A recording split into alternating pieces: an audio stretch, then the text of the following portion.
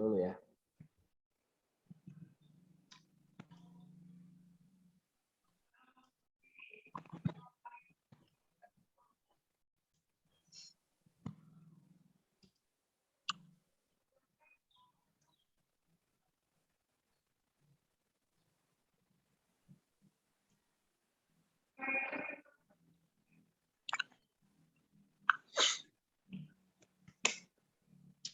Baik, bismillahirrahmanirrahim. Assalamualaikum warahmatullahi wabarakatuh.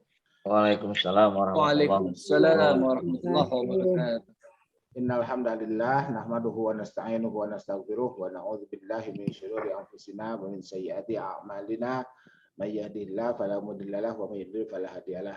Asyhadu an la ilaha illallah wahdahu la syarikalah wa asyhadu anna Muhammadan abduhu wa rasuluh la nabiyya ba'dah. Allahumma shalli ala sayyidina wa habibina wa syafiina wa maulana Muhammad wa ala alihi thayyibin tahirin wa sahbihi wa man tabi'ahu ila yaumil qiyamah amma ba'd. Yang saya hormati narasumber ya, pemateri pada seminar motivasi pagi ini Bapak Dr. Hamdan Firmansyah. Itu plus-plusnya apa Pak tuh? Ada sekian gelar magister ya, ada sekian gelar magister ya, ada sekian gelar S1, ada SE, ada SH, ada MH, ada MSY dan seterusnya lah itu ya. Ada MMPD juga, itu seperti itu, luar biasa ini Pak Hamdan ini. Jadi pada pagi ini seperti biasa. Jadi yang pertama kali kegiatan seminar motivasi ini dilakukan dengan narasumber angkatan Ibu Lina ya, Ibu Dr. Lina. Waktu itu Pak Yoyok finish pertama kali ya, itu finish pertama kali dan disusul oleh rombongan besar di semester cum laude termasuk Ibu Lina ya, termasuk Ibu Lina dan seterusnya. Ya, dan hari ini menyisakan berapa Bu? Tinggal 4 Bu ya. Angkatan 2017 itu tinggal 4 angkatan 2017 dan ya alhamdulillah mudah-mudahan dengan adanya acara pagi ini juga bisa menjadi motivasi kita semua. Amin. Amin ya Allah ya Rabbal alamin. Nah, selanjutnya untuk angkatan Pak Hamdan sendiri, rombongan besarnya di situ ada siapa? Ada Pak Syahril ya, kemudian dan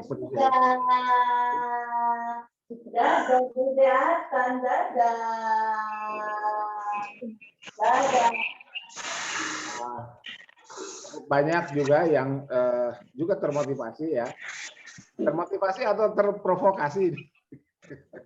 Terprovokasi. Gitu ya. Istilah ya itu istilah yang interchangeable ya, saya sering menggunakannya secara bergantian. Apakah termotivasi atau terprovokasi, positif lah ya. Mungkin kalau provokasi konotasinya negatif ya mungkin kita harus tambahkan terprovokasi positif. Oke. Nah, pagi ini kita akan mendengarkan sukses story.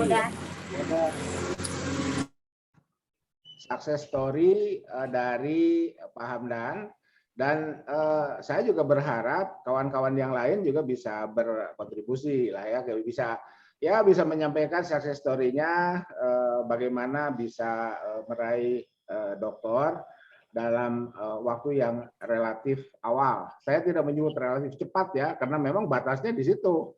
Ya, batasnya itu di 6 semester sesuai dengan SNPT ya, sesuai dengan SNPT dan batas paling akhir itu adalah 14 semester. Gitu. Jadi kalau ternyata batas awalnya adalah 6 semester atau 3 tahun, ya itu kenapa tidak kita raih itu. Jadi dan bahkan sebelum ada peraturan itu di beberapa angkatan sebelumnya itu ada yang kurang dari 3 tahun dan rekornya masih dipegang oleh Bapak Dr. Ramdan Fauzi. Bapak Dr. Ramdan Fauzi itu adalah dosen Unisba dan itu rekor tercepat dan termuda 27 tahun kalau tidak salah waktu itu ya, 27 tahun sekian bulan dan sampai sekarang belum ada yang memecahkan rekor dari aspek usia itu, ya, dari aspek usia. Mungkin Ibu Cucu Susilawati, ya saya belum cek juga itu, apakah Ibu Cucu mematahkan rekor Pak Ramdan atau tidak.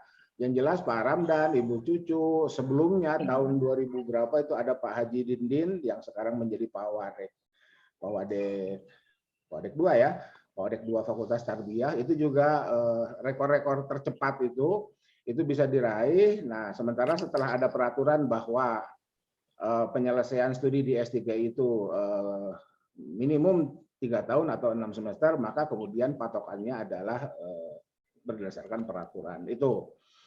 Nah, dalam pengantar atau pembukaan inilah ya, atau kata sambutan ini, saya mencoba membuat slide ya, beberapa slide seperti biasa. Jadi ini slide-nya seperti ini. Kemudian ini bagi yang pernah menerima slide ini di kelas, mungkin juga ini sekedar refreshing saja ya. Jadi sekedar refreshing bahwa sebelum kita sampai di sini, ya, sebelum kita sampai di sini itu kan kita melewati dulu S1 dan S2, ya, seperti itu. Dan dari sini kita bisa melihat tipikal proses itu. Jadi ini secara umum, boleh jadi mungkin Pak Anton ada di tempat-tempat lain yang tidak seperti ini, it's okay lah, berarti itu ada mustasnayatnya ya, ada kekecualiannya. Tetapi secara umum kita melewati jenjang-jenjang pendidikan itu dengan atmosfer seperti ini. Waktu kita kuliah, waktu kita di S1, maka proporsi kuliah itu jauh lebih besar dibanding risetnya. Ya, sementara untuk S2 boleh jadi 50-50 lah ya. Sementara di S3, nah ini yang kemudian menjadi perhatian kita, dan konteks kita bertemu hari ini, pagi ini, bersilaturahim akademik pagi ini, membicarakan bahwa proporsi perkuliahan ya itu lebih sedikit dibanding risetnya. Nah, itu ditandai juga dengan proses proses poin-poin yang harus dilewati, mulai dari perwalian, kemudian ujian komprehensif, bimbingan bersama, ujian progres, kemudian ujian tertutup dan ujian terbuka. Yang semuanya itu sebetulnya tetap dalam tetap dalam payung penyempurnaan riset sebetulnya ya.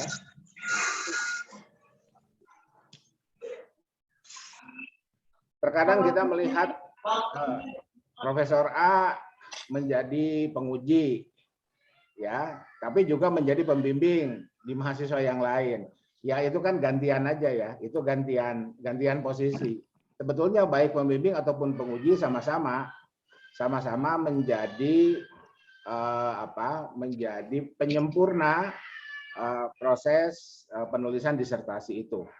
Menjadi penyempurna proses penulisan disertasi itu. Jadi mohon dipahami infografis ini seperti itu ya, mohon dipahami infografis seperti ini ya, bahwa ketika kita kuliah di S1 maka proporsi riset jauh lebih sedikit dibanding proporsi kuliahnya ya, sementara di S2 anggap saja ini sama, dan di S3 proporsi riset jauh lebih besar dibanding dengan jenjang-jenjang sebelumnya. Oke, nah ukurannya ini saya membuat ilustrasi dengan pertanyaan telur. Apa itu telur? Gitu ya. Jadi kalau pertanyaannya apa itu telur dan ditanyakan kepada mahasiswa yang masih berada di jenjang S1, boleh jadi jawabannya cikal bakal ayam. Seperti itu. Nah, sementara ketika kita tanyakan di mahasiswa S2, maka jawaban riset mahasiswa S2 adalah jawaban mahasiswa S1 ditambah temuannya. Anggap saja misalkan temuannya vitamin A. Oh, berarti kalau begitu ketika kita tanyakan apa itu telur ke mahasiswa S2, maka jawabannya adalah cikal bakal ayam plus vitamin A.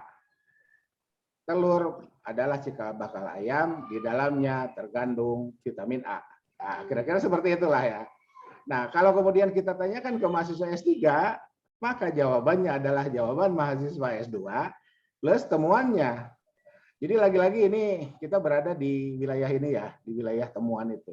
Anggap saja misalkan temuannya ada asam amino, atau misalkan nanti ada temuannya tidak hanya vitamin A, tapi mungkin juga ada vitamin C atau vitamin D, misalkan begitu, it's okay. Ya, itu masing-masing individu berhak menemukan novelty-nya masing-masing pada riset masing-masing jenjang tersebut.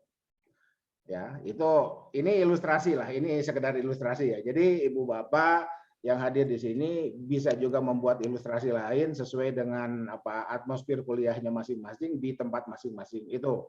Ya, mari kita fokus di S3 ini ya, karena memang hari ini kita mencoba untuk kembali melakukan motivasi atau provokasi bagi para mahasiswa S3 yang bahkan ada yang angkatan sebelumnya juga ini baterainya kakak tingkat Lina ya, kakak tingkat Ibu Lina itu kan masih ada yang belum selesai itu ya. Oke, jadi kita bikin ilustrasinya seperti ini, infografisnya seperti ini. Jadi Ibu Bapak, ketika kita kuliah di S3 itu, anggap saja perkuliahan kita 3 semester. Emang ada yang lebih? Ada. Ya, saya lihat itu, saya tidak perlu menyebut perguruan tingginya, ada yang bahkan sampai semester 4. Itu perkuliahannya. Ada yang kurang? Ada yang hanya 2 semester perkuliahannya. Tetapi yang harus diperhatikan, ini infografis di sini nih. Jadi meskipun kita kuliah itu dari semester 1 ini, tetapi ini proporsi riset, jadi ya yang biru agak tua ini kan sebetulnya sudah harus ada. Bahkan ketika kita daftar di S3 sekalipun kan kita dipersyaratkan membawa proposal, ya draft proposal itu.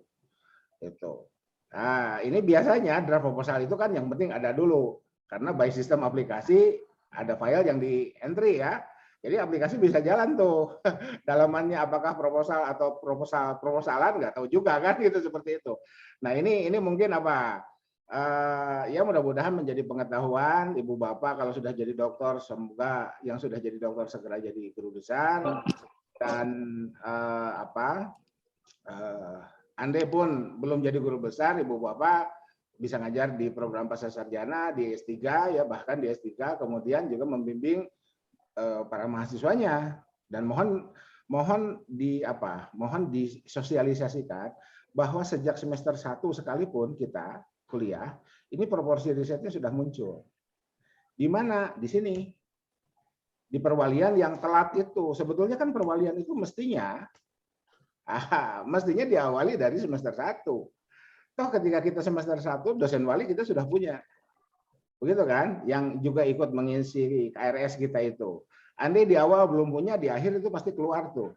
Ya, di akhir itu pasti keluar. Sehingga kita bisa langsung melakukan perwalian sebagai titik pemberangkatan riset kita itu, riset kita di S3 itu. Ya. Nah ini, sehingga perwalian itu bisa dimulai dari semester 1, masuk ke semester 2, masuk ke semester 3, dan di semester alih antara semester 3 dan semester 4. Ini semester alih itu istilah saya ya, nggak ada kan sebetulnya semester alih itu. Ya, jadi ketika kita berakhir kuliah di semester 3, maka kita berhak mendaftarkan diri kita masing-masing untuk dijadwalkan di seminar usulan penelitian. Syarat dan ketentuan berlaku apa? Tanda tangan dosen wali. Gitu ya. Itu. Jadi kemarin itu saya lihat di angkatan berapa? Yang kemarin sempat luring itu, saya nggak tahu nih ada yang masuk atau tidak ya. Ternyata pas dicek ke admin pasca itu sudah ada.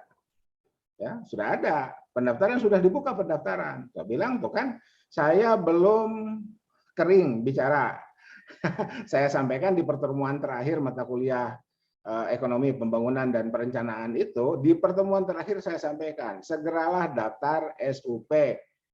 Jadi ketika saya mengatakan segera daftar SUP itu asumsinya perwalian sudah selesai atau paling tidak perwalian sudah dimulai dan dosen wali sudah bersedia untuk menandatangani proposal kita.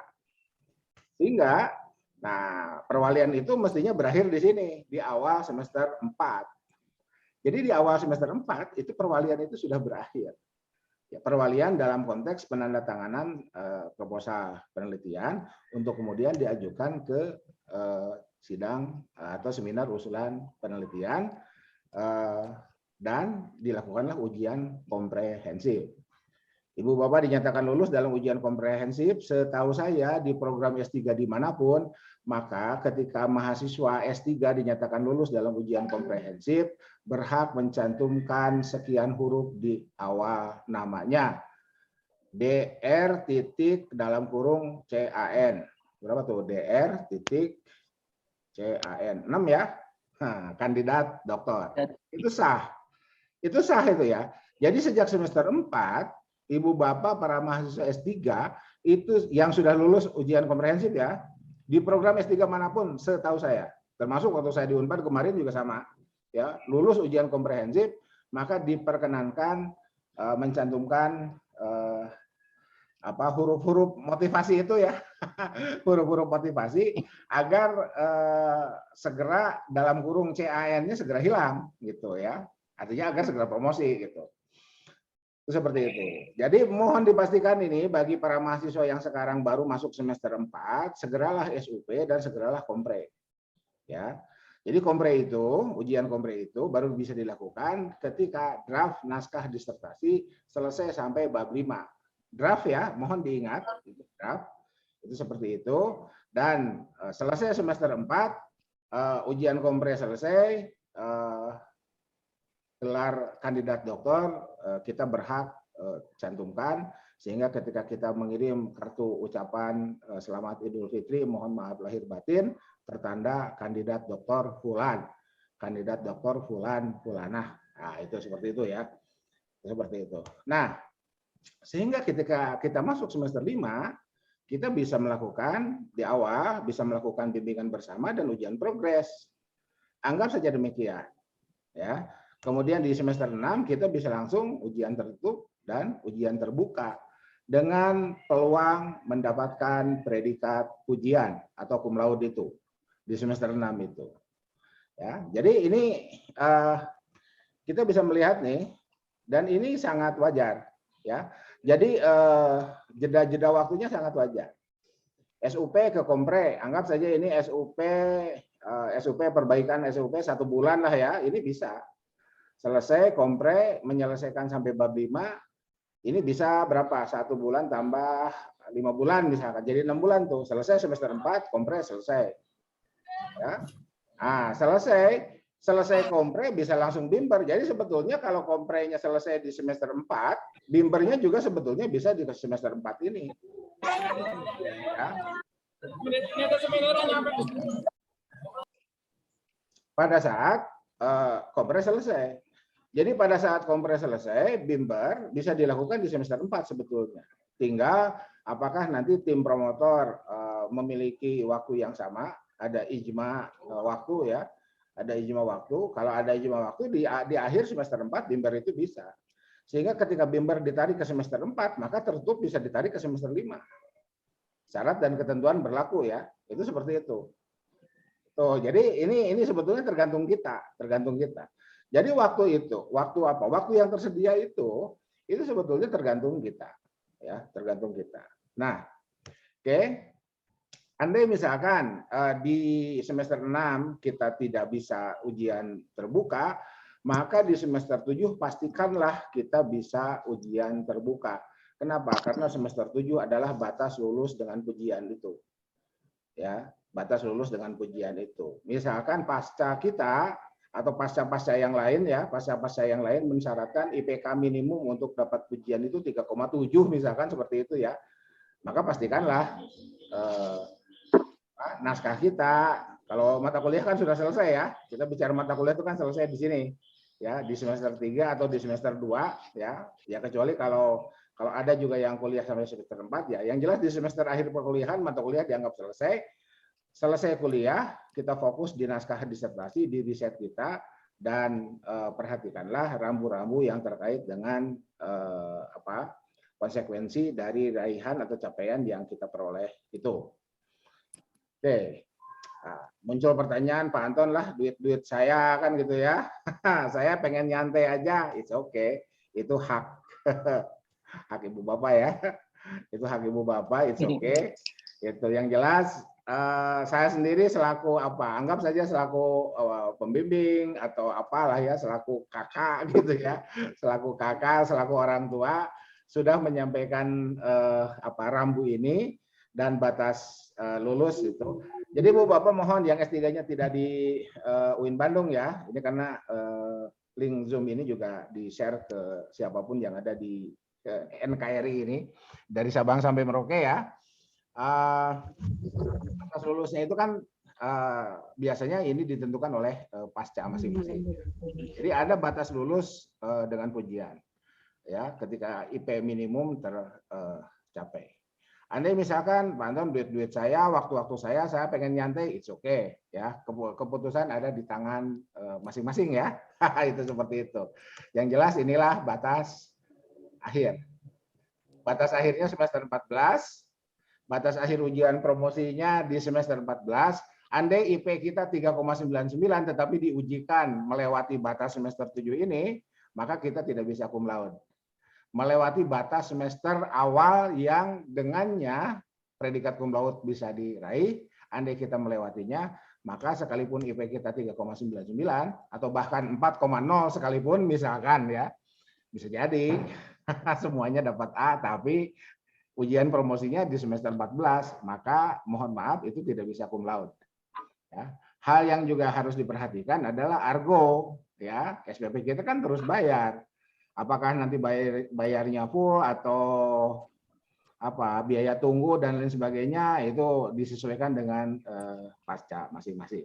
Ya, jadi kurang lebih seperti itulah ya itunya. Dan ya oleh karena itu apakah dokter bisa diraih dalam 3 tahun? Bisa. Ya, kembali ke sini. Ya, kembali ke sini dan kita finish di sini. Atau di sini ya. Nah, di sini ya, finish di sini. Yang angkatan 2017 Bu Lina siapa? Pak Yoyok ya? Itu Pak Yoyok itu angkatan 2017 yang finish pertama kali di angkatan 2018 ini Pak Hamdan dan kawan-kawan ada yang selesai di itu. Jadi tidak bayar lagi. Jadi argo untuk semester 7 tidak muncul ya.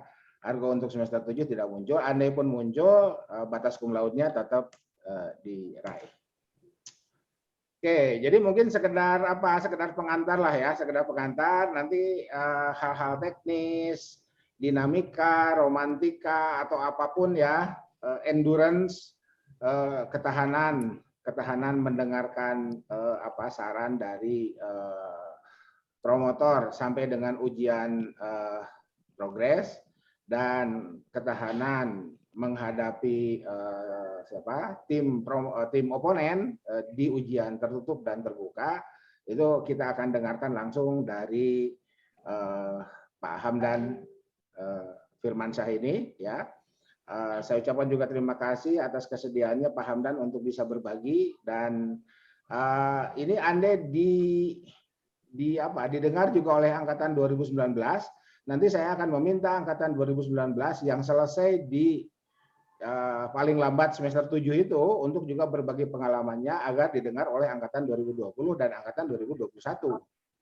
Jadi Bu Bapak ini ya jadi kan terus ya tradisi ini ya andai misalkan ya boleh jadi pasti akan melakukan hal yang sama dalam bentuk lain, is okay lah ya, tapi Ibu Bapak yang kebetulan bertemu dengan saya di mata kuliah tertentu ya yang jelas kan mikro makro belum ada yang ganti dan ekonomi pembangunan belum ada yang ganti kan gitu. Kalau sudah ada yang ganti kan berarti kita memiliki warna yang yang cukup banyak ya untuk sudut pandang, untuk berbagi pengalaman dan seterusnya. Oke, jadi selamat berseminar ya, selamat berseminar, selamat menyimak success story dari Pak Hamdan dan kawan-kawan. Boleh jadi nanti Pak Hamdan ya ada kawan-kawannya yang lain yang juga ikut berkontribusi, kita persilahkan saja. Mohon maaf saya tidak bisa menemani sampai akhir. Saya akan memantau dulu rombongan ke kondangan karena saya harus bareng-bareng juga ke kondangannya, nggak bisa sendiri ya, gitu. Mungkin kamera saya off, tetapi link saya tidak live ya. Jadi kalau link saya tidak live, hanya kamera saya off terlebih dahulu. Selamat berseminar, tetap semangat, tetap optimis. subhanakallahumma wa bihamdika asyhadu an la ilaha Wabihamdika asyhadu an la ilaha illa illa anta anta wa atubu ilaik. billahi taufiq wal hidayah billahi fi sabilil haq nasrun minallah wa tunqarib wa basyiril mu'minin wallahul muwaffiq ila aqwamit thoriq. Tetap semangat. Assalamualaikum warahmatullahi wabarakatuh. Saya kasih Waalaikumsalam warahmatullahi wabarakatuh. Pak Hamdan. Terima kasih, Prof. Assalamualaikum. Terima kasih, ya, Prof. Waalaikumsalam warahmatullahi wabarakatuh.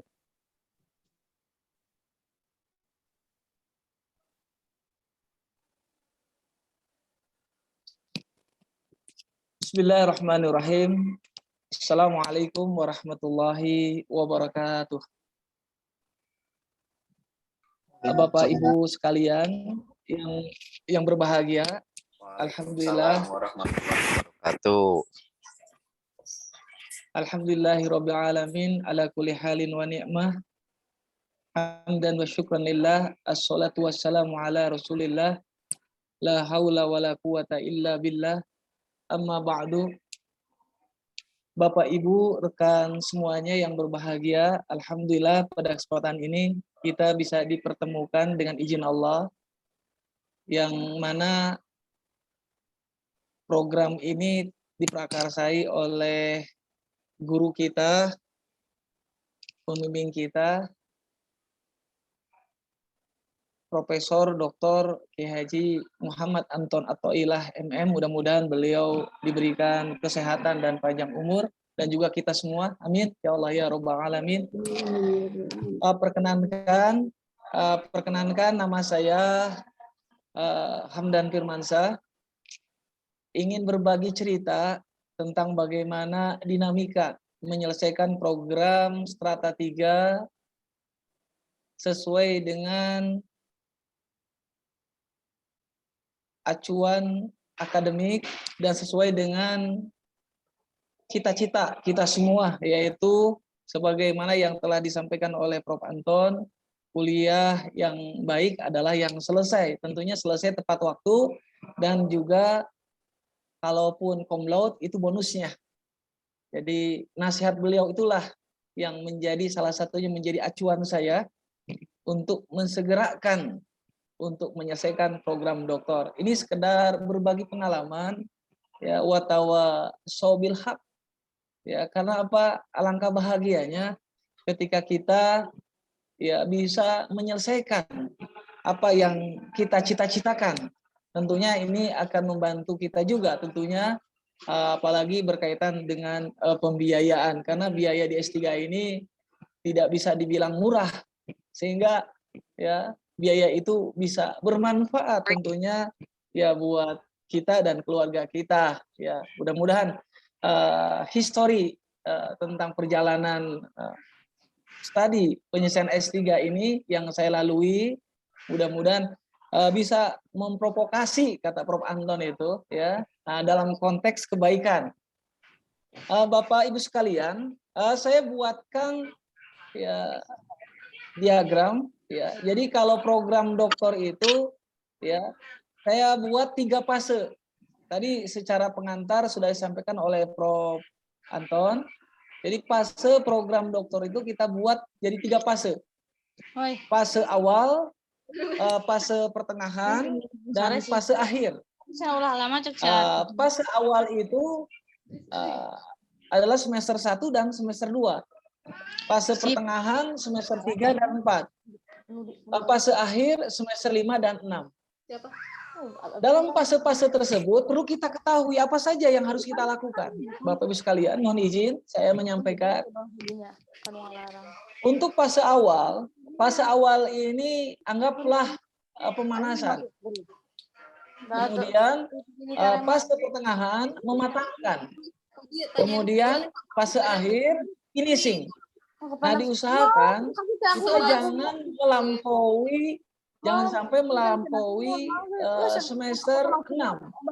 Ya, kalau bisa di semester 6 itulah kita bisa menyelesaikan program studi. Di fase awal, yaitu semester 1 dan 2, apa yang harus kita lakukan? Masing-masing setiap fase ada 3 poin yang harus kita garis bawahi. Yang pertama, rutinitas kuliah plus tugas. Jadi janganlah kita bercita-cita menyelesaikan S3 tanpa kita melalui proses. Maka yang harus kita perhatikan adalah rutinitas kuliah. Pastikan ya kita ya kontinuitas dalam kuliah. Jangan sampai kita kuliah ya tidak konsisten, artinya jarang masuk dan sebagainya. Karena ya ada sebagian dosen yang akan menilai dari kehadiran, tidak cukup dari ya kemampuan kita, ya kepandaian kita dalam perkuliahan, tetapi kadang-kala absen itu menjadi ya rujukan untuk penilaian. Dan penilaian itulah salah satunya yang harus menjadi ya bagian ya dari acuan akademik para mahasiswa. Kenapa? Diusahakan kita bisa ya mendapatkan grade A, nilai A untuk setiap mata kuliah. Maka pastikan absensi kehadiran.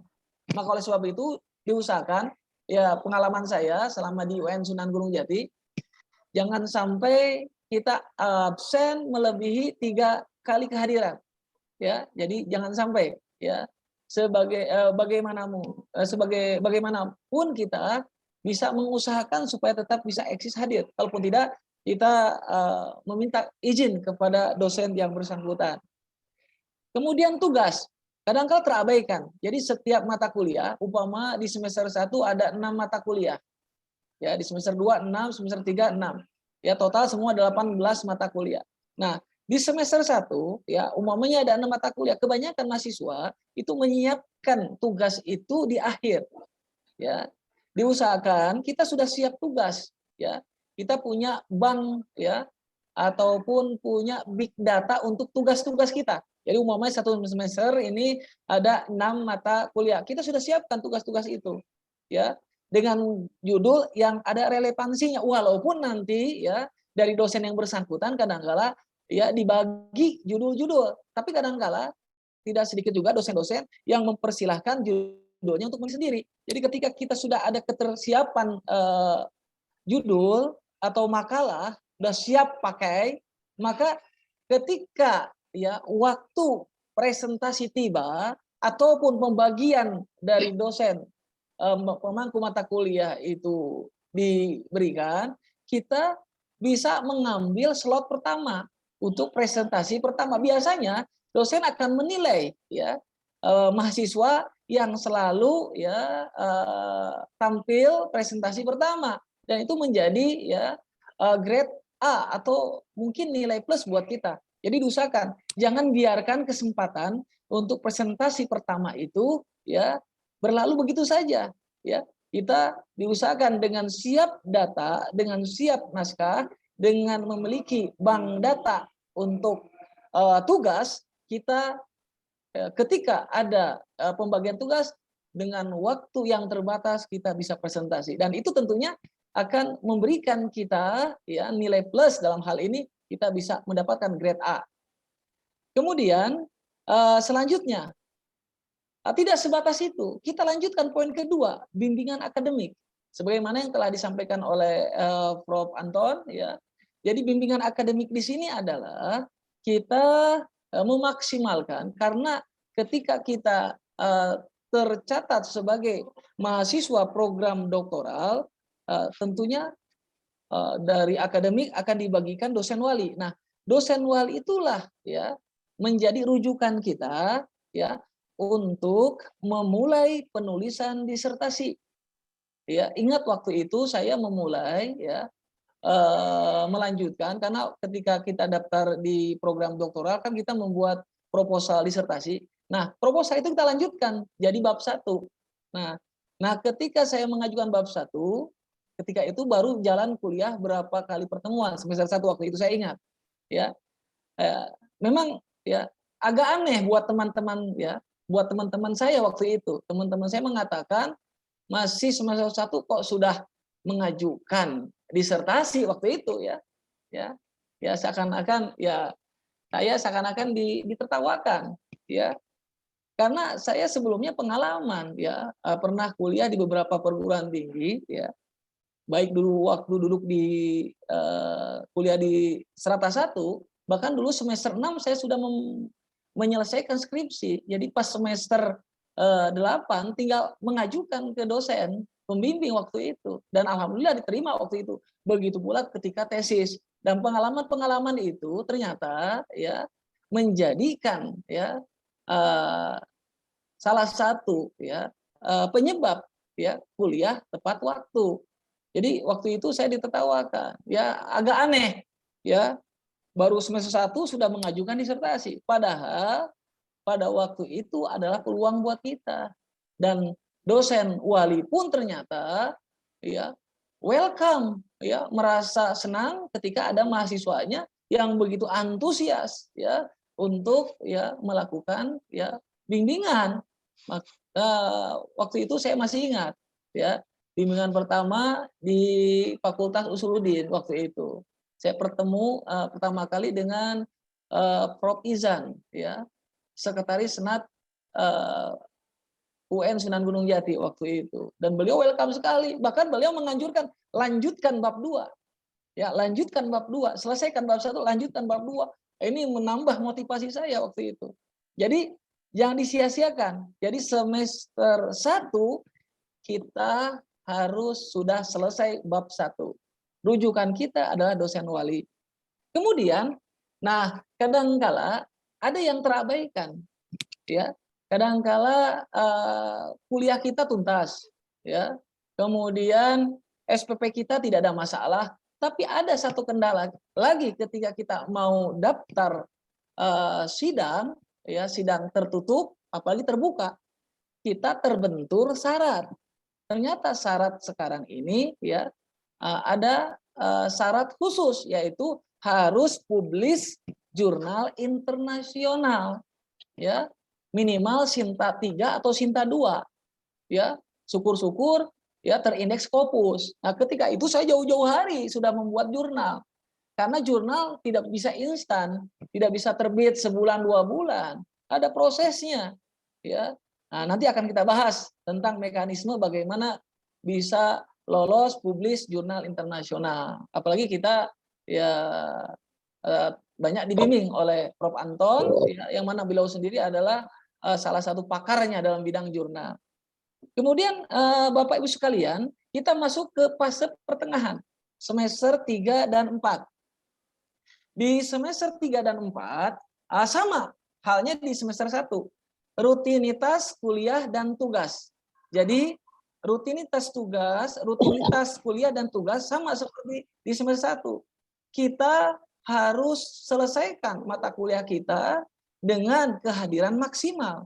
Jangan sampai kehadiran kita ya absen sampai lebih dari 3 kali, dan itu ada nilainya ya, karena pada umumnya dosen itu menilai dari kehadiran. Maka itu harus dijadikan perhatian. Tugas pun demikian. Kita harus menyiapkan ya bank data ya, di data tentang tugas-tugas kita yang akan dipresentasikan di semester 2. Apa saja mata kuliahnya? Kita buat ya. Kita buat ya, kita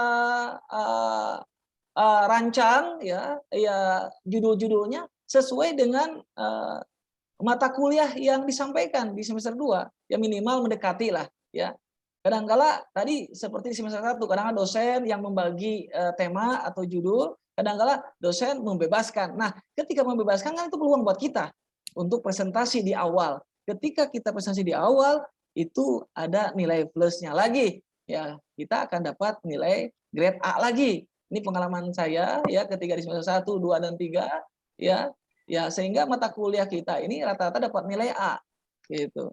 Kemudian selanjutnya bimbingan akademik. Nah, ketika kita masuk di fase pertengahan di semester 3 dan 4, jangan sampai kita ya berhenti dalam penulisan disertasi.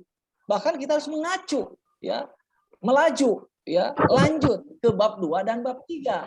Karena pengalaman saya sebelumnya, saya dipacu oleh dosen wali untuk melanjutkan bab 2 dan bab 3. Nah, di bab 2 dan 3 inilah yang harus kita kerjakan di semester 3 dan 4. Kenapa? Karena di bab 2 dan 3 ini kan kajian pustaka. Maka banyak waktu kita ya sambil menunggu dosen, umpamanya dosen belum datang, kita bisa mampir ke perpustakaan. Karena muatan di bab 2 dan bab 3 adalah ya kajian pustaka, harus banyak literasinya, ya.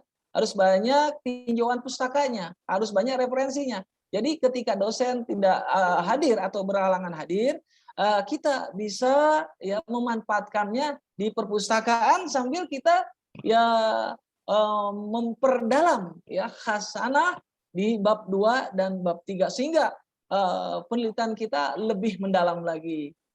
Kemudian selanjutnya, nah ini juga jangan terabaikan Bapak Ibu sekalian. Di semester 3 dan 4 diusahakan kita sudah daftar ujian TOEFL dan TOEFL dengan limit skor minimal 500 sebagai syarat. Banyak yang terjadi ya. Kenapa? Ya ketika daftar ya tidak ya langsung diterima ya karena syarat-syarat tidak terpenuhi. Salah satunya tidak memiliki sertifikat TOEFL dan TOEFL.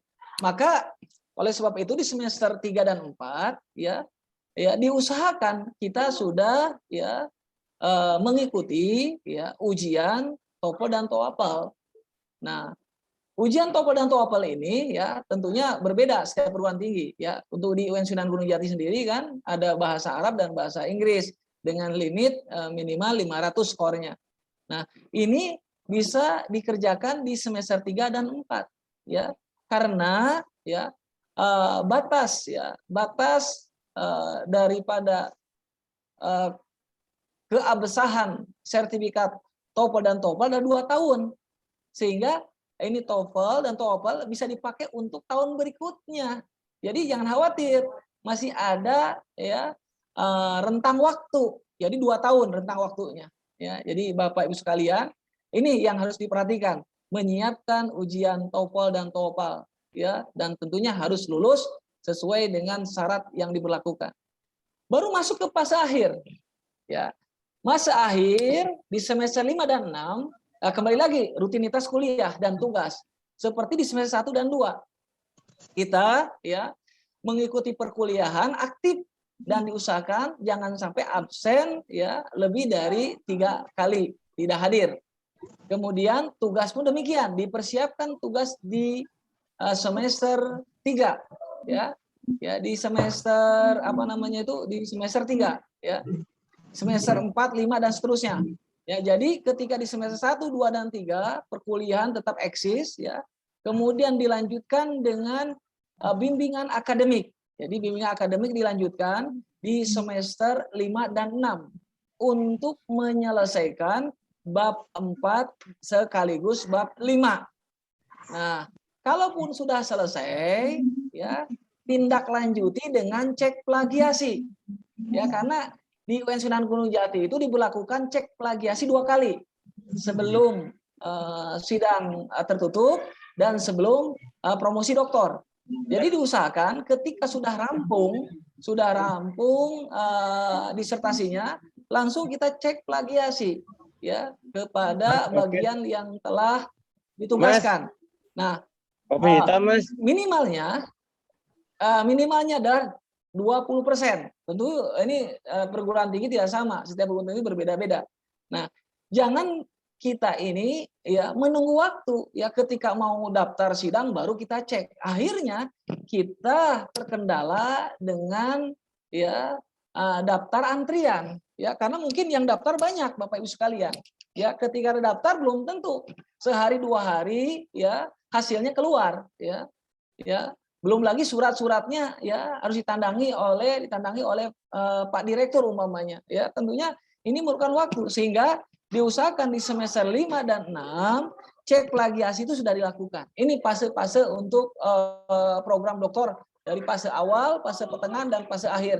Dan setiap fase tentunya ya memiliki ya tugasnya masing-masing, dan itu harus diperhatikan supaya kita nanti tidak ngumpul pas di semester 6 publis jurnal internasional belum publis, sertifikat TOEFL juga tidak ada, apalagi cek plagiasi. Nah, ini jadi kendala ya. Waktu itu saya selaku Kosma sebagai koordinator mahasiswa di program studi hukum Islam, konsentrasi hukum ekonomi syariah waktu itu ya, dengan rekan yang 11 orang itu, saya memaksimalkan kepada rekan-rekan, ayo kita kolektif TOEFL dan TOEFL. Ya, ada yang santai, ada yang nanti saja. Ya, akhirnya kendalanya sekarang ya.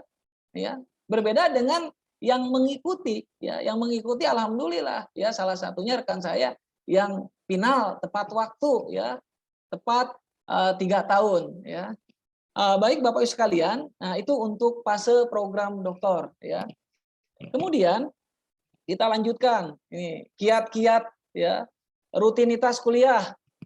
Yang pertama, Ibu Bapak sekalian ya, membangun komunikasi dengan rekan sekelas sehingga saling membantu dan mendukung proses perkuliahan serta tidak menjatuhkan. Kita harus sinergis ya antara rekan dengan rekan yang lainnya. Jadi ya harus saling ya membantu, apalagi masalah nilai.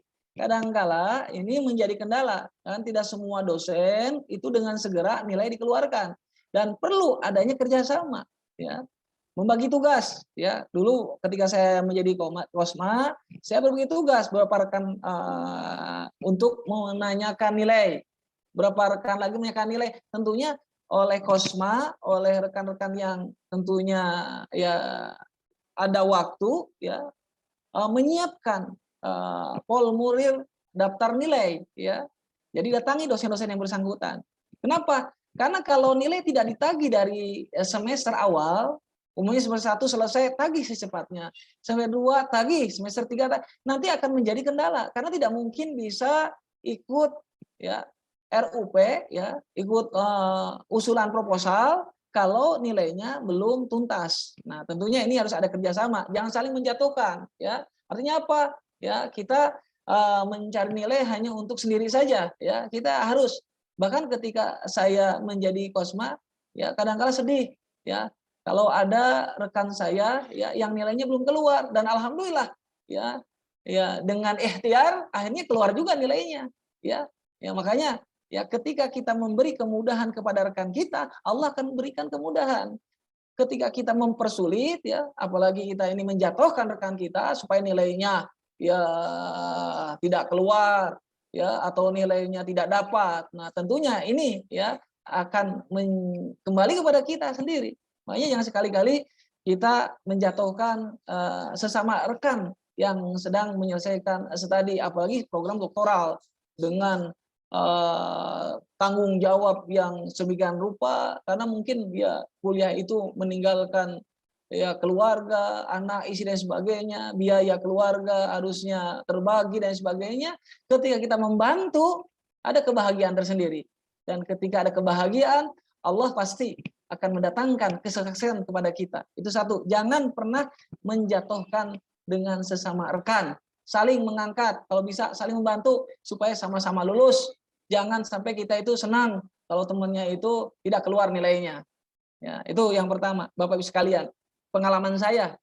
Yang kedua, membangun kedekatan dengan Kaprodi ya sebagai tempat konsultasi masalah akademik. Nah, terus kita harus rajin ya, harus rajin ke ruang Kaprodi. Walaupun kayak seperti apa Kaprodi itu, ya kita ya gunakan strategi-strategi pendekatan ya. Contoh sambil mengumpulkan tugas ya. Ya, kemudian ketika melihat di ruangannya ya sepertinya tidak ada kegiatan, kita datangi, kita sambangi ya, walaupun kita, atau ketika di jalan ya jangan sampai kita ya menjaga jarak ya. Karena apa? Karena Kaprodi itu vital sekali ya buat kita, karena segala urusan pasti akan membutuhkan tanda tangan Kaprodi. Yang ketiga, membangun kedekatan dengan dosen akademik sehingga bimbingan disertasi bisa dimulai dan berlanjut. Nah, dari semester 1 kita harus ya adakan pendekatan dengan dosen akademik, yaitu dosen wali, ya dekat ya, terus ya adakan pendekatan bimbingan, dengarkan arahannya, dan kita ya harus antusias ya, karena setiap dosen wali pasti akan senang kalau ada mahasiswanya ya begitu progres dalam menyelesaikan pendidikannya. Kemudian yang keempat, membangun keakraban dengan dosen mata kuliah sehingga kita ketika ada kendala dengan nilai bisa disesuaikan. Nah, kita dengan dosen jangan sampai ada masalah. Ya kadang-kala dalam perkuliahan kadang-kala kita ya muncul egosentris. Makanya ketika kita boleh ya kritis, tapi kritis yang positif. Artinya apa? Jangan terlalu apa namanya itu ya berlebihan. Ya kritis yang berlebihan, ya mendebat dosen, ya kemudian kita mematahkan pendapatnya dan sebagainya. Ya silakan kritis, tapi tetap pada koridor etika akademik. Walaupun bagaimana para dosen adalah guru-guru kita, ya. Jadi sehebat, sepintar apapun kita, ketika kita menjadi mahasiswa, maka kita harus ya menempatkan diri kita sehingga dosen-dosen itu ya merasa dihormati. Nah, kalau sudah terbangun itu, ketika ada masalah dengan nilai karena mungkin nilainya belum diupload di tata usaha di bagian akademik, kita bisa mengkonfirmasinya. Kemudian membangun silaturahim dengan TU hingga OB. Karena suatu saat merekalah yang ikut berperan dalam kelancaran kita.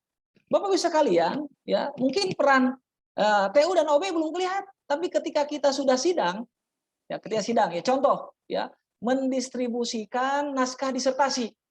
Nah, itu siapa? Itu kadang-kala TU, kadang-kala OB. Makanya kalau kita punya kelebihan rezeki, ya 20.000, ya 50.000, kita kasihkan kepada mereka. Sehingga ketika jadwal kita muncul, ya mereka akan segera cepat menghantarkan. Kenapa? Karena sudah terbangun ya silaturahim, ya.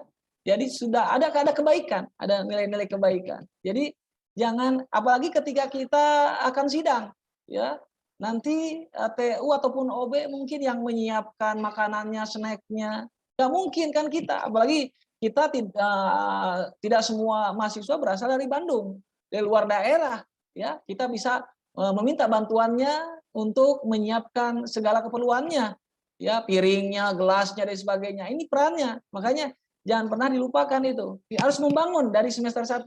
Ya, kalaupun sudah terlambat, maka bangunlah saat ini.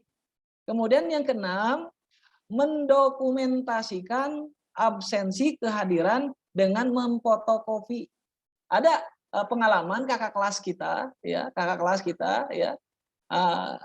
ketika nilainya tidak keluar, kemudian konfirmasi ke dosen bersangkutan, ternyata dosen yang bersangkutan meminta mana bukti kehadirannya, dan mahasiswa tersebut tidak bisa memberikan bukti, sehingga harus kuliah lagi 1 semester. Nah, akhirnya ya argo berjalan lagi, ya. Makanya ini pengalaman saya setiap kuliah selalu memfotokopi ya absen, ya. Kenapa? Karena absen itu otentik, ya, adalah bukti fisik ya yang mungkin tidak terbantahkan ya untuk ya mendapatkan hak nilai. Nah, itu untuk kiat rutinitas kuliah. Baik Bapak Ibu sekalian, kita lanjut ke kiat membuat tugas.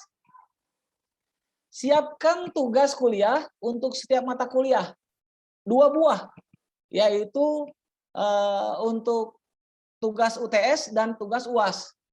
Mengikuti arahan dosen mata kuliah dengan minimal referensi 20 buku. Yang pada umumnya ketika saya mengikuti perkuliahan, dosen itu selalu menyampaikan minimal 20 buku referensi. Ya. Kemudian penulis bukunya minimal doktor dan maksimalnya profesor.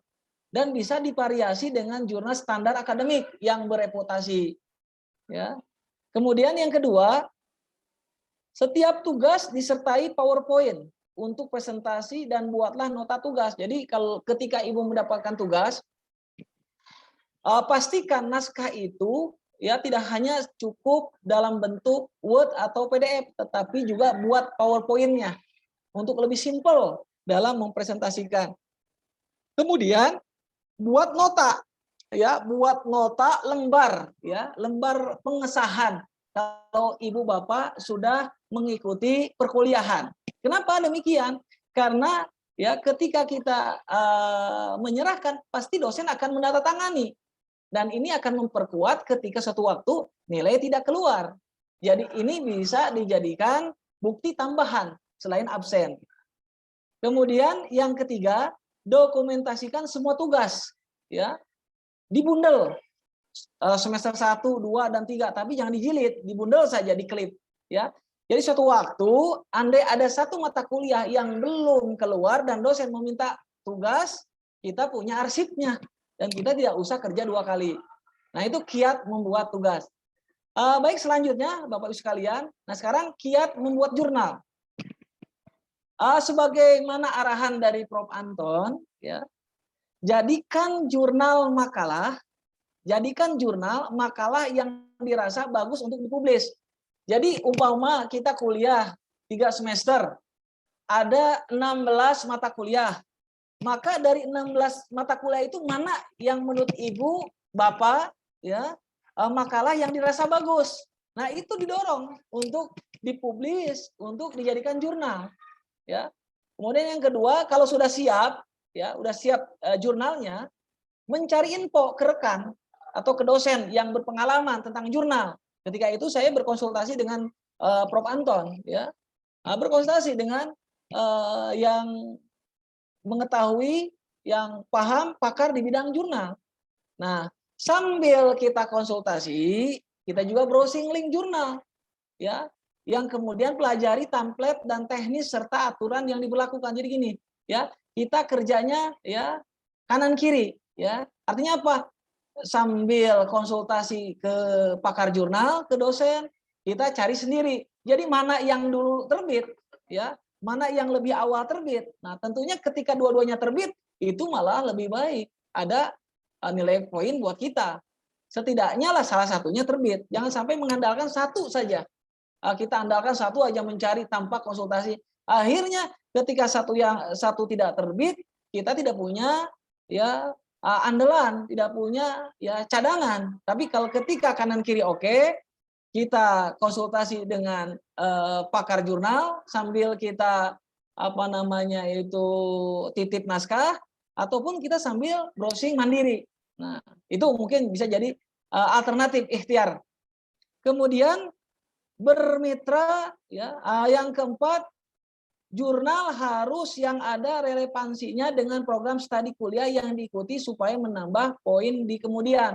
Jangan asal jurnal, ya. Karena mungkin Bapak Ibu mungkin ya ke depannya ada cita-cita, ya, untuk progres menjadi profesor, ya. Tentunya nah bagaimana jurnal-jurnal yang tadi publis apalagi terindeks Scopus itu, ya, sesuai dengan kepakaran kita, sesuai dengan prodi yang kita tempuh. Umpamanya tentang hukum ekonomi syariah, maka bicaralah tentang hukum ekonomi syariah.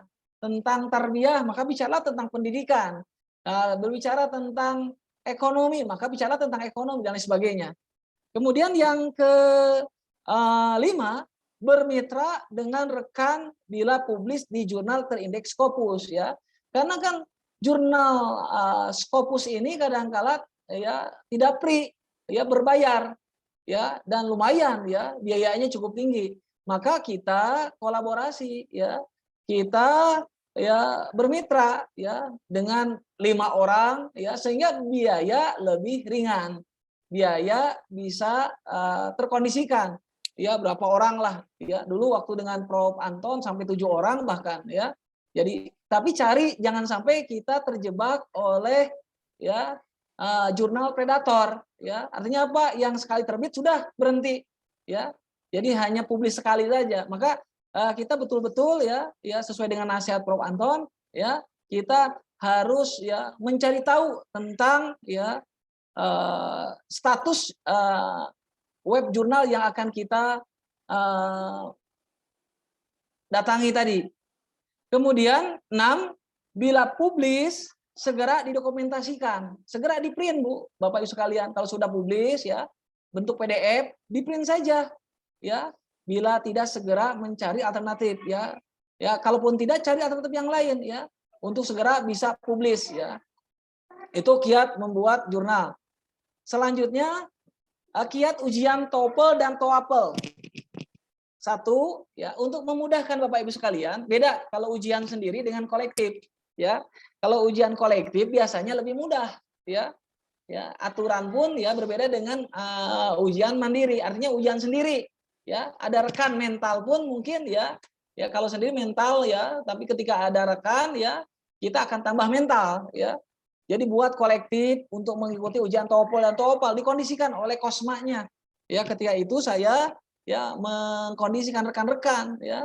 Dan ketika itu yang ikut hanya rekan-rekan yang udah berusia ya. Ya, malah rekan-rekan yang lainnya malah ya nanti akhirnya ya di antaranya sampai hari ini ya ada yang terkendala karena belum memiliki sertifikat TOEFL dan TOEFL. Yang kedua, siapkan anggaran. Ya, siapkan anggaran. Untuk mengetahui anggaran, silakan tanyakan ke lab bahasa. Ya, berapa? Ya.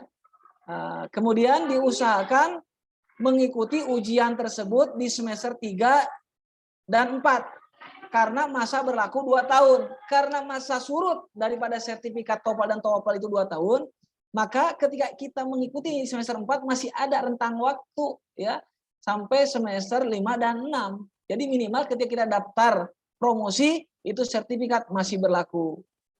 Kemudian target skor ya 500 ke atas. Ya, dimaksimalkan kalau perlu di atas 500.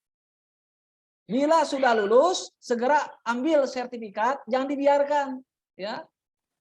Dan dokumentasikan, kalau bisa difotokopi Bapak Ibu sekalian, disatukan dengan ya bukti-bukti yang lainnya. Sehingga pas kita daftar kita sudah siap syarat-syarat yang sudah disiapkan sebelum-sebelumnya. Kemudian kiat sukses ujian pradoktor. Ada beberapa tahapan yang harus kita lalui. Yang pertama, ujian usulan proposal disertasi. 2, ujian komprehensif tulisan dan lisan. 3, ujian bimbingan bersama. 4, ujian progres. 5, ujian sidang tertutup, kemudian ujian promosi doktor. Jadi kalau kita kalkulasi ya, selama saya mengikuti rentetan ujian tersebut ya, kurang lebih 26 sampai 27 ya penguji ya, doktor dan profesor. Ya, jadi kita harus bisa melalui melalui 2 sampai 27 para doktor dan profesor ya. Dimulai dari UP sampai ke promosi doktor. Contoh di ujian proposal disertasi ada 5 penguji. Komprehensif ada 5 penguji. Bimbingan bersama ada 5 penguji. Ujian bimbingan bersama 3 penguji, promotor semuanya. Ujian progres 5 penguji ditambah dengan kaprodi dan direktur pasca. Kemudian ujian sidang tertutup ya 10 penguji ya, yang menguji 8 penguji. Kemudian ujian promosi doktor ada 10 yang menguji 8 penguji. Nah, ini semua ditotalitaskan menjadi 27 doktor dan profesor yang akan kita hadapi, dan terus disiapkan, dan kita harus mengetahui ya kepakarannya masing-masing. Jadi ibu bapak harus bisa, kalau anak sekarang itu ngeles ya. Nah, kalau ini ahli di bidang ini, kita harus paham bagaimana cara mengatasinya. Setiap ujian memiliki rentang waktu, sehingga mahasiswa harus aktif ke Biro Staf S3 ya, sebagai segala persyaratan sudah harus disiapkan dan intens mengontrol jadwal akademik serta anggaran sudah siaga.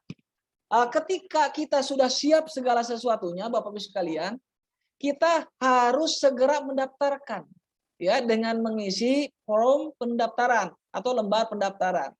Kemudian pastikan kita berikan kepada petugas ya yang menangani, jangan dititip ya ke petugas. kemudian kita harus intent menanyakannya, mengontrolnya. Jangan sampai kadangkala tumpang tindih, ya. Kadangkala kita terselip, ya, atau terlompati oleh pendaftar-pendaftar berikutnya, ya, yang namanya juga manusia. Jadi Bapak Ibu harus rajin mengontrol. Selama belum dipastikan jadwalnya, kita harus bertanya terus, ya. Ya, oleh sebab itu minta nomor kontaknya. Kemudian jangan lupa juga, ya, anggaran disiapkan, ya, untuk UP berapa, untuk komprehensif berapa, untuk bimbingan bersama berapa, progres berapa, tertutup berapa, progres berapa. Kadang-kala biaya itu muncul, ya, info dari akademik, ya, dari tata usaha. Ada juga, ya, biaya di luar itu. Maka tanyalah kepada yang sudah pengalaman, minimal yang sudah sidang. Umumnya konsumsi berapa? Ya, kalau umumnya ada transport, ya, seperti bimbingan bersama umumnya ada transportnya, tanyakan berapa dan sebagainya. Nah, ini, ya, sebagai pengalaman saya sebelumnya. Jadi anggaran jangan sampai terabaikan, ya. Kenapa? Karena anggaran juga biaya, ya, bagian terpenting dalam suksesi program doktoral Bapak Ibu sekalian. Baik Bapak Ibu sekalian, selanjutnya ada 3 slide lagi. Kiat bimbingan disertasi. 1, buat agenda bimbingan. Jadi buat matrik atau umpamanya tabel, ya. Tabel, ya, promotor 1, ya, promotor 2, promotor 3, ko-promotor 2. Nah, kita buat, ya. Yang mana tabel itu, ya, di dalamnya, ya, mencakup, ya, nomor, tanggal, uraian, tanda tangan atau paraf. Jadi setiap kunjungan harus minta tanda tangan dan paraf, ya, sebagai bukti legal aspek untuk disertasi kita, ya.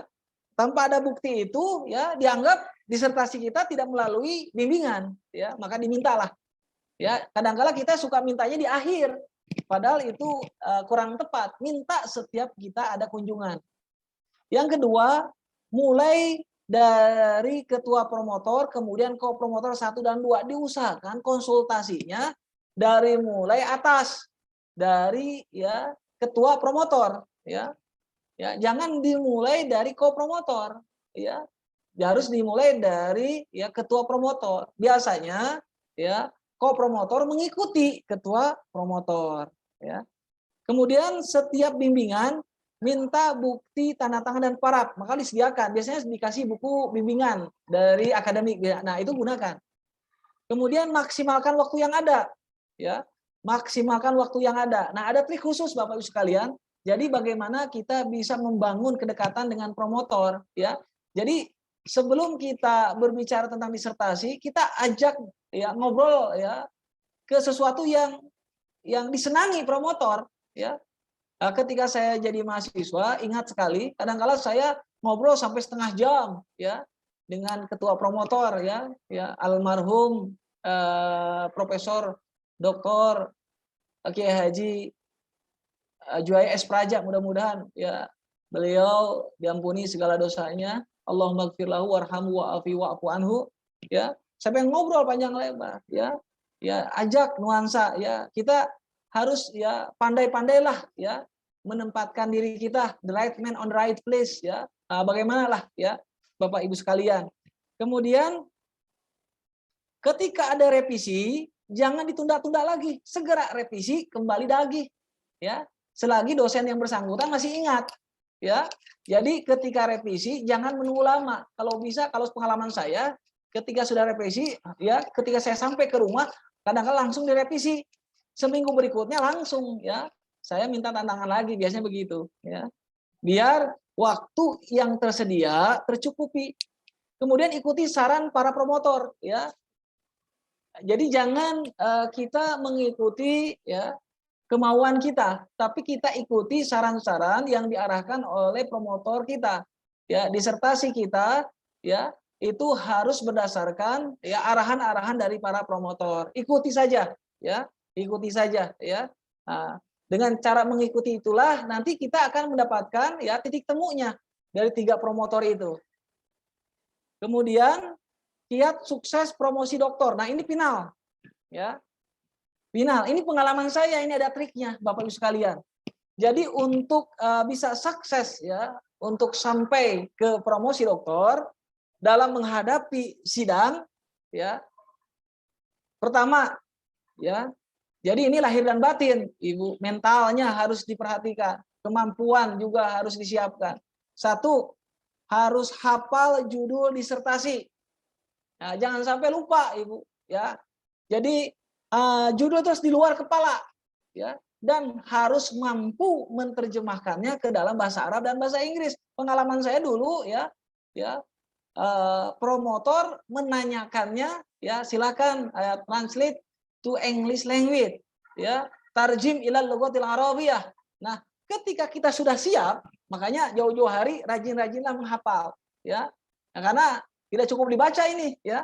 Karena enggak, ya, ketika kita mampu melafalkan itu, ya, itu penguji kadang-kala sudah bisa memprediksi kalau mahasiswa bersangkutan itu mampu, ya.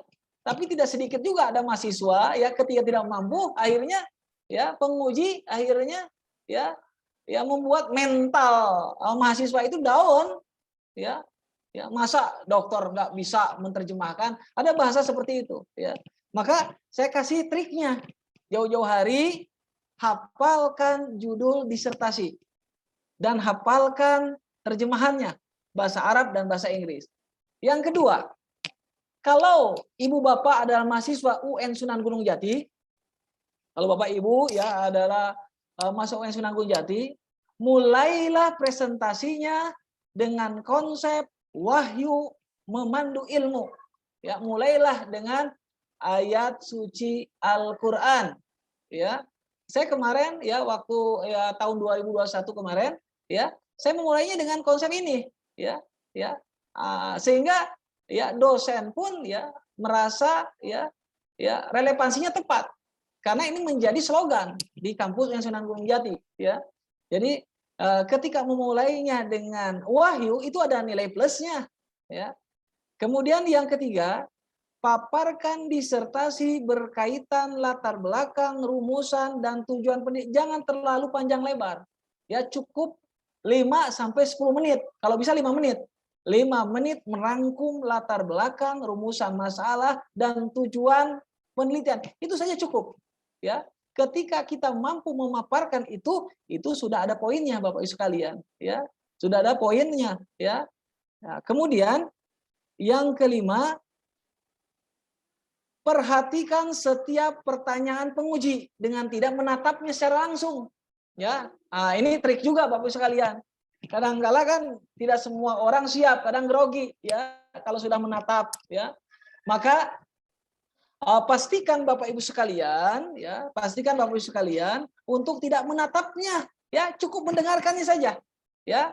Ibu tetap fokus ya pada pertanyaannya.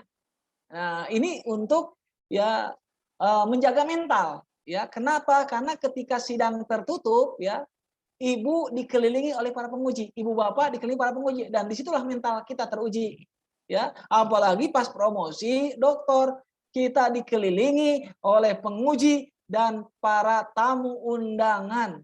Nah, ini lebih teruji lagi Bapak Ibu sekalian.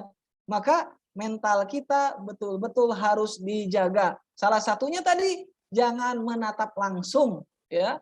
Artinya perhatikan aja soal-soalnya. Kemudian kita jawab, ya. Jawab tentunya harus berdasarkan keilmuan, ya. Nah, selanjutnya Bapak Ibu sekalian, hindari adu argumen yang tidak produktif, ya. Jangan sampai kita ngeyel, bahasanya, ya, kita mempertahankan, kita terima setiap masukan-masukan dari para promotor, para penguji, kita terima. Kemudian kita ada ya penguatan, ya, kalau dengan bahasa begini, mohon izin para penguji, mohon izin Prof atau Doktor, argumen saya seperti ini. Adapun pendapat Prof atau Doktor akan menjadi ya tambahan, ya, akan menjadi ya apa namanya itu untuk revisi, ya, disertasi ini di kemudian. Nah, kira-kira begitu. Jadi ada bahasa seperti itu, ya. Jadi biasakan sifat tawadu ya ketika kita sedang diuji ya di depan para penguji. Kita harus tahu ya, walaupun bagaimana ya rumah kita adalah ya Universitas Islam Negeri. Jadi ya walaupun bagaimana ya kultur keagamaannya itu ya lebih dominan. Mungkin beda kalau di perguruan ya non keagamaan mungkin ya. Mungkin beda ya mungkin. Tapi beda dengan kultur keagamaan ini, kita harus mengedepankan salah satunya ketawaduan akademik ya. Jadi kita terima saja, jangan kita berdebat ya secara ekstrim. Kemudian selanjutnya Bapak Ibu sekalian, kiat sukses promosi doktor ya, terima segala bentuk saran para penguji dan tetap memberikan argumen mandiri, tapi tetap kita berikan argumen, dan tentunya harus ada catatan ya, catat setiap bentuk peristiwa dalam promosi baru siapkan. Nah, ini trik selanjutnya Bapak Ibu sekalian. Ibu Bapak sekalian kan sudah tahu siapa pengujinya.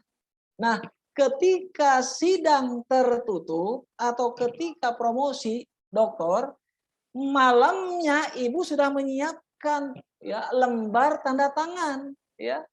Jadi ketika selesai ya, ini ya pengalaman saya, ketika selesai kita bisa menyodorkan, Bapak apa mau, atau Prof, dokter apa mau tanda tangan sekarang apa nanti. Biasanya dari sekian penguji ada ya yang berkenan memberikan tanda tangan, apalagi sekarang sedang masa COVID ya, dengan kondisi seperti ini, Prof bisa nggak, Pak Dokter bisa tanda tangan dulu dan sebagainya. Nah, ini salah satu tip ya untuk mempercepat ya revisi kita ya. Jadi kita umpamanya ada 10 penguji, kalau kita dapat tanda tangan ya pasca sidang, setidaknya kan setengahnya saja udah lumayan. 5 lagi bisa kita kejar ya. Selanjutnya Bapak Ibu sekalian, ini terakhir ya, tips calon doktor. 1, isi waktu senggang dengan menulis buku. Jadi sulit Bapak Ibu sekalian kita menyelesaikan disertasi kalau tidak terbiasa menulis. Alhamdulillah, wasyaallah, tasyakur binikmah ya, saya di masa-masa Covid ini ya dengan izin Allah menulis beberapa buku, dan alhamdulillah buku-buku itu sudah publis ya, publis nasional ya, bahkan dijadikan buku acuan untuk perguruan tinggi. Nah, jadi kebiasaan-kebiasaan itulah yang akhirnya mempermudah Ibu Bapak dalam menulis disertasi. Itu yang pertama. Yang kedua, ya kalau kita seorang muslim ya, perbanyaklah saum sunnah supaya perut terbiasa dalam kondisi darurat ya. Karena ya tidak sedikit Bapak Ibu sekalian ya, yang namanya sidang ya kadangkala ya kepepet ya waktu makannya. Maka ketika kita terbiasa saum sunnah, minimal kita tidak makan pun ya perut kita terbiasa ya. Jadi makan diakhirkan. Maka dari saat inilah kita latihan saum sunnah ya sebagai pendekatan diri kita kepada Allah. Karena kesuksesan yang sejati adalah kesuksesan ya tentunya bukan datang sendiri, tapi datang atas dasar izin Allah Subhanahu wa taala melalui ritual-ritual keagamaan kita. Salah satunya melalui saum. Yang kedua, perbanyak qiyamul lail dan membaca Al-Qur'an walau satu ayat. Ini pendekatan-pendekatan pengalaman saya ya untuk melatih mental kita. Jadi kita itu diberikan keberanian oleh Allah ya, kemudian dengan kuasa Allah hati para penguji ya, hati para promotor ya dibaikkan ya, karena ya walaupun bagaimana yang mengatur hati manusia kan Allah. Ya muqallibal qulub tsabbit qalbi ala dinika ya Allah. Jadi bahasanya gini, hati kita yang muterbalikan adalah Allah ya. Jadi ketika pendekatannya kepada Allah ya kita dipermudah urusannya ya, dengan promotor lancar, dengan penguji lancar, minta tantangan lancar. Nah, ini mungkin pendekatan-pendekatannya. Kemudian senangkan hati kedua orang tua bila masih ada. Pengalaman saya Bapak Ibu sekalian, ketika saya menulis disertasi, ibu saya membutuhkan bantuan saya. Saya tinggalkan disertasi saya ya. Dahulukan ibu dulu ya. Ternyata ya ketika mendahulukan ibu ya, disertasi yang tadinya sulit, Allah membukakan pemikiran saya untuk bisa mencerna disertasi tersebut ya. Min haitsu la yahtasib, rezeki untuk berpikirnya datang ya. Karena konsep itu kan tentunya datangnya dari Allah sebenarnya. Kita hanya hanya pelaksananya saja. Ya, idza arada syai'a ayyakula lahu kun fayakun. Jadi yang tadinya sulit karena kita bantu orang tua dulu ternyata setelah membantu jadi mudah ya. Tadinya berpikir tentang suatu konsep sulit, akhirnya konsep-konsep itu bermunculan dalam pikiran kita. Itu rahasia Allah. Kemudian ajak istri, suami dan anak-anak untuk ikut mendoakan. Jadi ketika ibu dalam perjalanan kuliah, ibu bapak harus minta dukungan keluarga, anak istri dengan bahasa minta bapak doakan, ibu doakan. Nah, kira-kira seperti itu. Ini kekuatan kekuatan. Tidak hanya mengandalkan kemampuan otak saja, kemampuan dana. Kadang-kala ada saatnya dana siap, otak ada, sakit kita. Tidak bisa sidang kita. Nah, makanya doa-doa dari istri, suami dan anak-anak itulah yang memperkuat untuk kita bisa sukses. Selanjutnya manajemen waktu Sebelum pelaksanaan, sehari sebelumnya kalau ibu bapak mau sidang, ingat saya waktu itu sidang Agustus 2021, tanggal 18 Agustus. Saya 17 Agustus sudah ada di UN Sunan Gunung Jati. Jadi sehari sebelum sidang, kita sudah harus ada di tempat.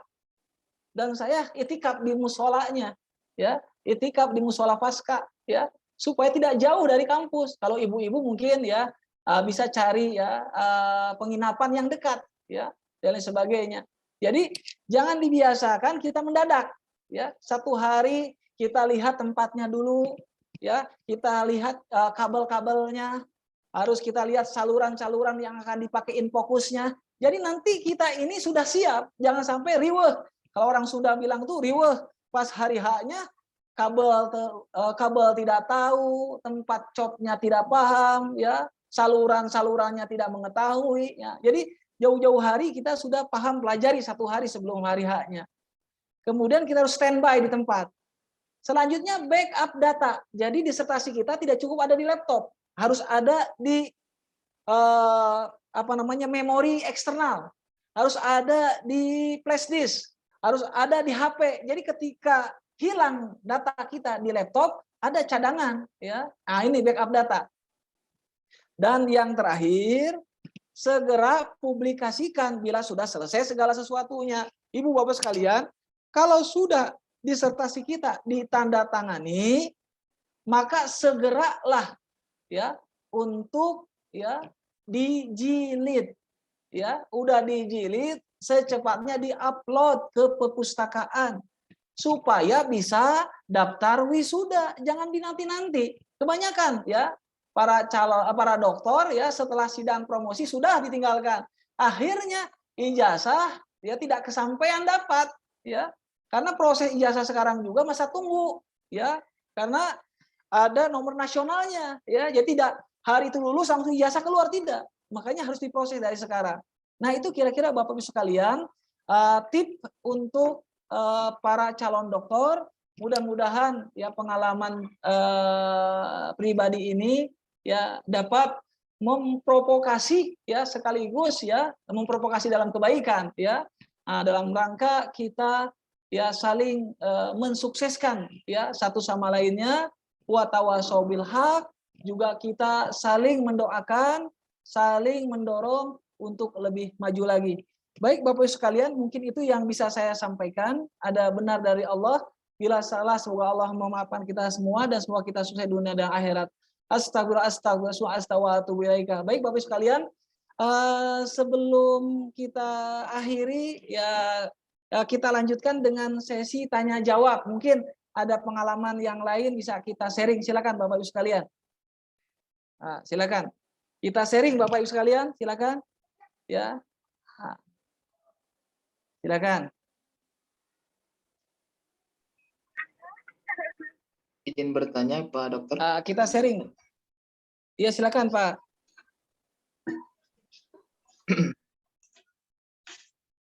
Baik, bismillahirrahmanirrahim. Assalamualaikum warahmatullahi wabarakatuh. Waalaikumsalam warahmatullahi wabarakatuh. Saya ucapkan terima kasih Pak Dr. Hamdan Firmansyah yang sudah memberikan motivasinya. kemudian Pak Prof Anton juga sama. Perkenalkan dulu mungkin Pak Dokter, saya Abdul Rohman, mahasiswa pasca sarjana S2 jurusan IAT, Ilmu Al-Quran Tafsir. Alhamdulillah sekarang sudah menginjak semester 4 dan sudah mulai memikirkan proposal tesis. Saya asal dari Garut, Pak. Saya sangat tertarik dengan seminar motivasi kiat meraih doktor 3 tahun ini ya, karena saya punya rencana setelah S2 ini ingin melanjutkan S3-nya, mudah-mudahan Allah terkait di Amin. Sarjana UIN Bandung ya.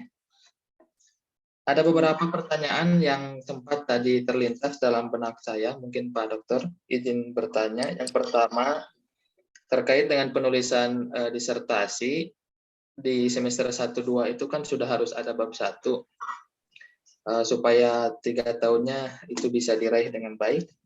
Pertanyaannya adalah dari sekian referensi yang dijadikan rujukan dalam disertasi, apakah ada presentasenya atau tidak, Pak? Kalau jurnal kan biasanya 70% mengutip jurnal, 30% mengutip buku. Nah, apakah disertasi seperti itu atau bebas? Dalam artian tidak ada presentasenya gitu. Kemudian yang kedua, terkait buku juga yang dijadikan referensi. Kalau di IAT itu kan mungkin ini kelemahan saya terkait mencari referensi. Biasanya kita menjadikan kitab-kitab babon atau kitab klasik dijadikan rujukan. Sementara tadi Pak Dokter sebutkan rujukannya itu minimal penulisnya doktor dan profesor gitu, maksimal profesor. Sedangkan kitab-kitab yang ditulis seperti Az-Zarkashi kemudian As-Suyuti itu kan mereka tidak istilahnya tidak bergelar doktor profesor. Nah, apakah itu relevan untuk dijadikan referensi atau tidak? Lalu yang terakhir, ini mungkin yang jadi beban kita semua, tadi terkait biaya belum disentuh, Pak. Kalau dokter itu 3 tahun, kira-kira total biaya itu kalau bayar sendiri, bakalan keluar berapa gitu, supaya dari sekarang bisa dipersiapkan. Atau ada alternatif lain untuk beasiswa gitu, Pak. Dari sekarang mohon diinfokan. Atau nuhun. Terima kasih. Assalamualaikum warahmatullahi wabarakatuh. Ya, terima kasih. Waalaikumsalam warahmatullahi wabarakatuh. Ini langsung jawab, Pak, atau kita over ke yang lain? Bapak Ibu sekalian ada yang mau jawab atau saya langsung jawab atau dioper bagaimana Bapak Ibu sekalian? Langsung aja jawab Pak Dokter. Ya, baik-baik. Begini Bapak Ibu sekalian, khususnya kepada Bapak Abdul Rahim, selamat dan sukses. Semoga program magisternya bisa sukses, cepat lulus sesuai dengan tepat waktu akademiknya. Baik Pak Abdul Rahim, yang berkaitan dengan penulisan disertasi, ya. Penulisan disertasi ya berdasarkan pengalaman saya, ya, yang menjadi rujukan adalah buku-buku referensi, ya, tentunya sesuai dengan arahan para promotornya. Karena setiap promotor itu tidak sama, ya, latar belakangnya beda. Ya, kadangkala ada promotornya yang dominan kitab klasik, ya, ada yang promotornya lebih dominan jurnal. Nah, kita harus bisa nanti mengkolaborasikan, ya. Jadi ya untuk standar dokter sesuai dengan arahan Kaprodi waktu itu, ya, kita ini wajib mengutip ya karya buku ya para penulis dengan level pendidikan setingkat doktor dan setidaknya profesor. Nah, ini acuannya, ya. Jadi jangan sampai kita mengutip umpamanya dalam disertasi itu penulis bukunya sarjana, ya. Nah, ini. Kemudian tadi sama Pak Abdul Rahim, ya. Jadi itu fleksibel saja, ya. Tidak mesti harus buku semuanya, bisa jurnal, ya, dikombinasikan, ya. Pokoknya sesuai dengan arahan promotor. Kalau tesis itu pembimbingnya, ya, sesuai dengan arahan pembimbingnya, ya. Karena walaupun bagaimana nanti beliau-beliaulah nanti yang akan mempertahankan kita, ya, di sidang, ya. Jadi walaupun ketika kita mengikuti arahannya, setidaknya ya kita sudah memiliki bekal, ya, bahasanya untuk dibela, ya. untuk dibela oleh promotor kita ya. Jadi nanti ya dalam promosi itu ya pertarungan argumen sebenarnya ya antara ya kita ya sebagai Prompendus ya sebagai mahasiswa doktoral ya dengan ya para oponen ahli, guru besar ya, kemudian dengan para promotor. Nah, disitulah promotor berperan. Makanya ikuti arahannya. Jadi tidak dominan harus buku apa namanya? Buku referensi saja, bisa jurnal atau bisa artikel-artikel ilmiah lainnya. Tentunya tadi kita harus lihat kapasitas penulisnya. Untuk tingkat doktor diusahakan penulisnya adalah doktor ataupun profesor. Kemudian yang kedua, bagaimana dengan ya kitab-kitab klasik? Nah, kitab-kitab klasik itu malah rujukan utama ya dalam program doktoral, apalagi kalau kita mengambil program hukum Islam, mengambil tarbiyah atau PAI ya. Karena apa? Itu referensi utama. Jadi ya kitab-kitab klasik itu ditulis oleh para syekh ya, para ulama. Syekh itu setingkat dengan profesor ya. Jadi Bapak Ibu sekalian ya, ketika Imam Al-Ghazali itu setingkat profesor, Imam Al-Ghazali itu bahkan melampaui profesor ya.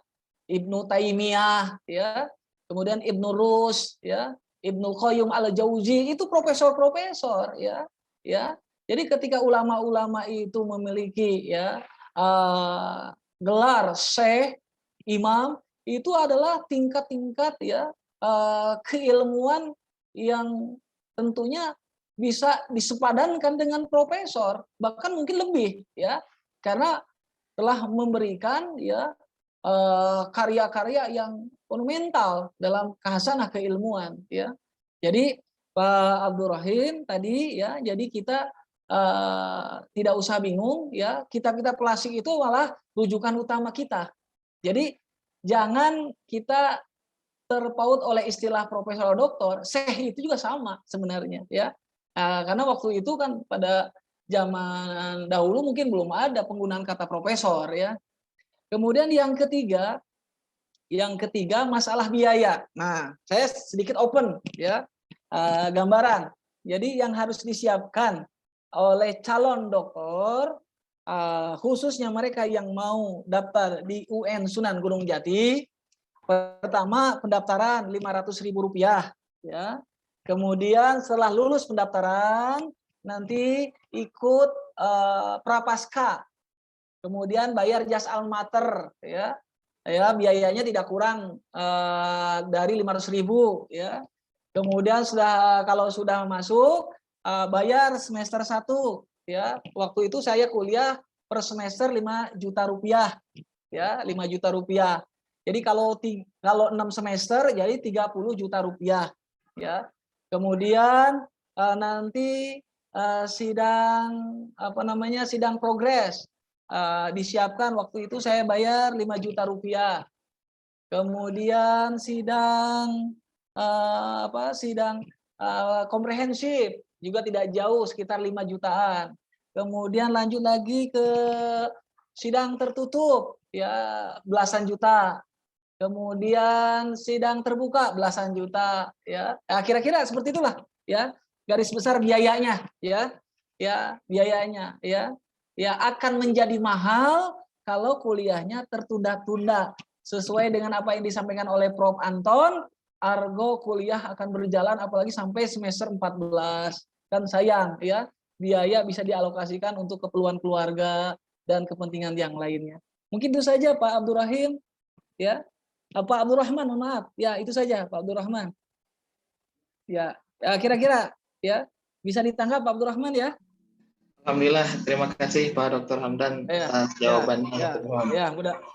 Dari saya Pak Dokter. Bisa silakan.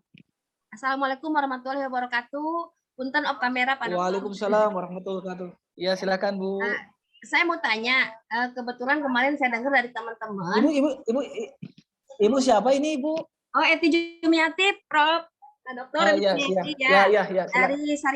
Ya, Ya, Bu. Saya dengar Ya. dari teman-teman katanya ada sebuah taktik agar biaya ini tidak terlalu besar, jadi mereka ngambil cuti dulu. Begitu ngambil cuti, dari selama cuti dia membuat proposal atau disertasinya, nanti kemudian masuk lagi. Saya juga nggak ngerti, ini cuma dengar dari teman. Menurut Pak Dokter ini gimana? Iya. Itu aja, terima kasih. Iya. Wassalamualaikum warahmatullahi wabarakatuh. Waalaikumsalam warahmatullahi wabarakatuh. Terima kasih Bu Eti ya, Bu Eti Jumiati ya. Ya. Jadi untuk masalah cuti ya, kebetulan saya tidak berpengalaman ya. Jadi selama kuliah nggak pernah cuti ya. Jadi mungkin saya juga pernah dengar ada rekan saya yang ditugaskan di KBRI ya KBRI Jeddah ya, dan ambil cuti ya. Kemudian daftar kembali kuliah ya supaya ya tidak di DO ya, karena kan waktu maksimalnya 14 semester ya. Kalau 14 semester berarti sekitar 8 tahun ya. Ya, jadi kalau cuti mungkin ya mengurangi ya waktu DO-nya itu saja ya. Jadi kalau menurut hemat saya ya, ketika kita mampu ya diusahakan jangan cuti Ibu ya. Walaupun kita cuti tetap kan biaya ada Bu ya, tetap biaya ada, biaya tetap berjalan karena kita tetap terdata. Selama kita terdata di perguruan tinggi, administrasi tetap berjalan ya, sekalipun cuti diperbolehkan ya dengan alasan tertentu, umumnya sakit dan sebagainya. Tapi kalau umumnya tidak urgent sekali, lebih jangan ambil cuti. Kenapa?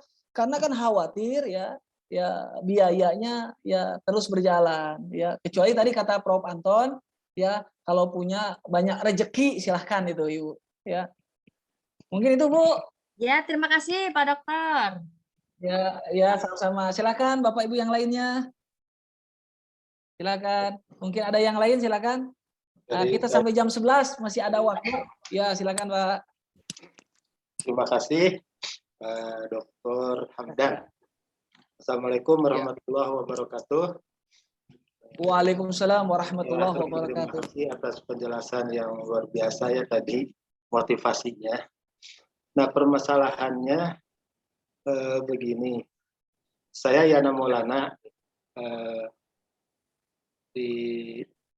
sudah semester, sekarang masuk awal semester 4 nih, ekonomi syariah. Nah, Ya. Jadi kalau sesuai fase tadi seharusnya seperti itu ya, di semester 1 sudah bab 1 gitu. Nah, ternyata sampai semester 4 bab 1 pun belum Pak Dokter. Ya. Karena alihnya ya inilah apa, karena kesibukan mungkin ya. Jadi bagaimana nih sekarang sudah masuk seperempat, sementara judul pun masih mencari-cari judul. Sudah kita konsultasi ke Prof Anton, juga ke dosen wali gitu ya. Ya sarannya segera. Nah, bagaimana kiat-kiat yang sudah dikatakan telat, sudah masuk seperempat, tetapi semua proses yang tadi disebutkan itu belum dilaksanakan. Itu saja Pak Dokter. Atur nuhun. Assalamualaikum warahmatullahi wabarakatuh. Ya, sama-sama. Waalaikumsalam. Pak Yana, saya mau tanya, Pak Yana ya konsen di masalah apa? Tertarik di get risetnya di masalah apa, Pak Yana?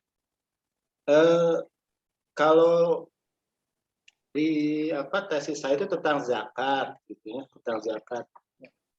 Tetapi pengennya yang lain, gitu.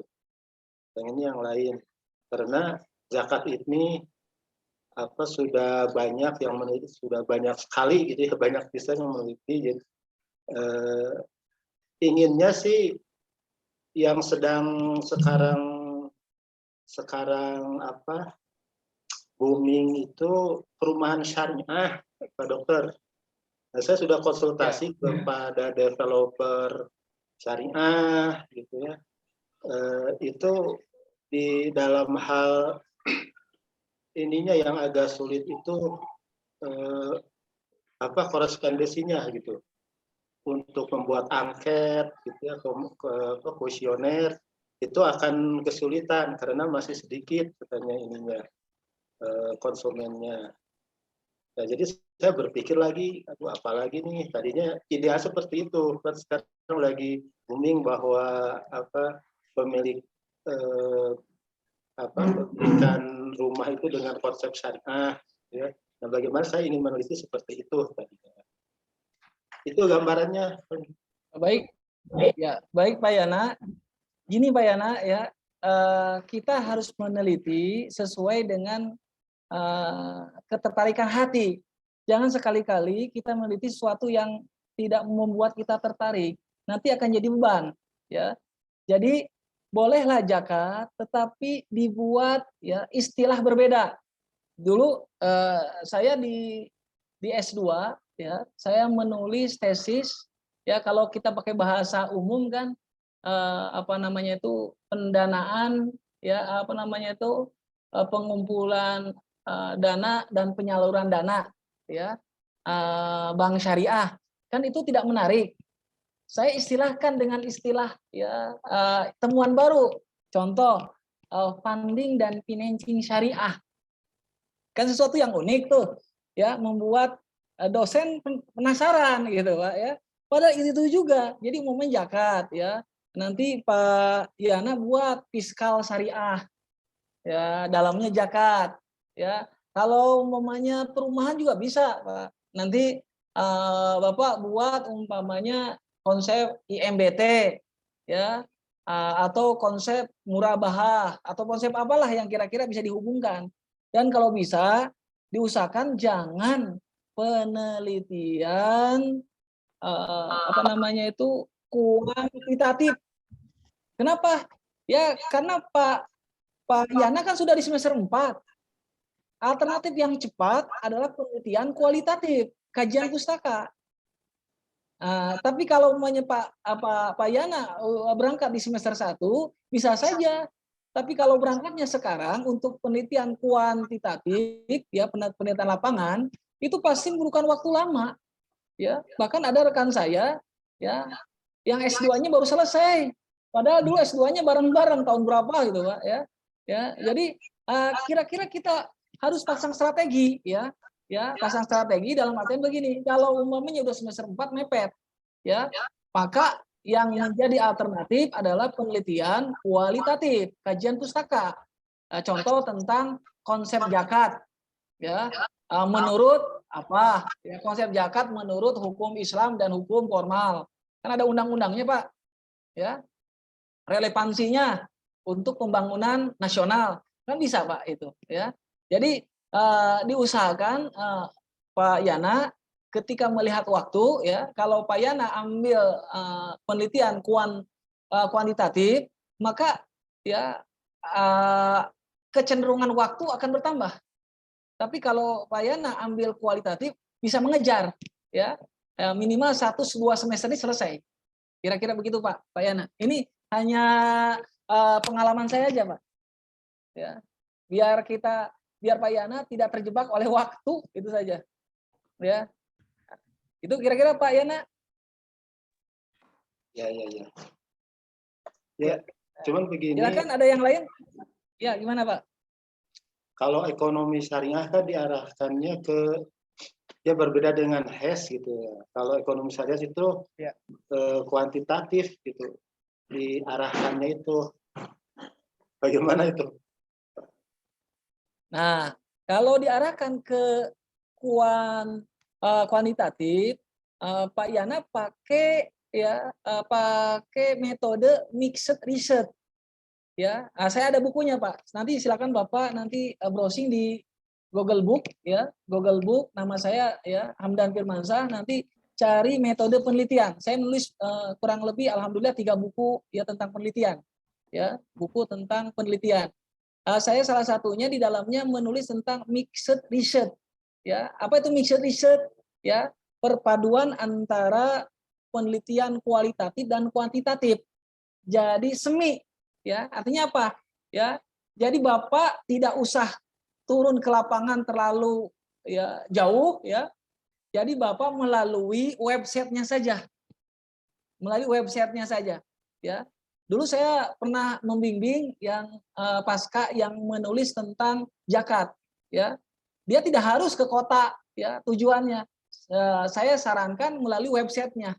Ya, dulu juga saya waktu S3 ya meneliti tentang pegadaian dan bank syariah se-Indonesia dari Sabang sampai Merauke ya berapa. Tapi saya menggunakan ya websitenya saja.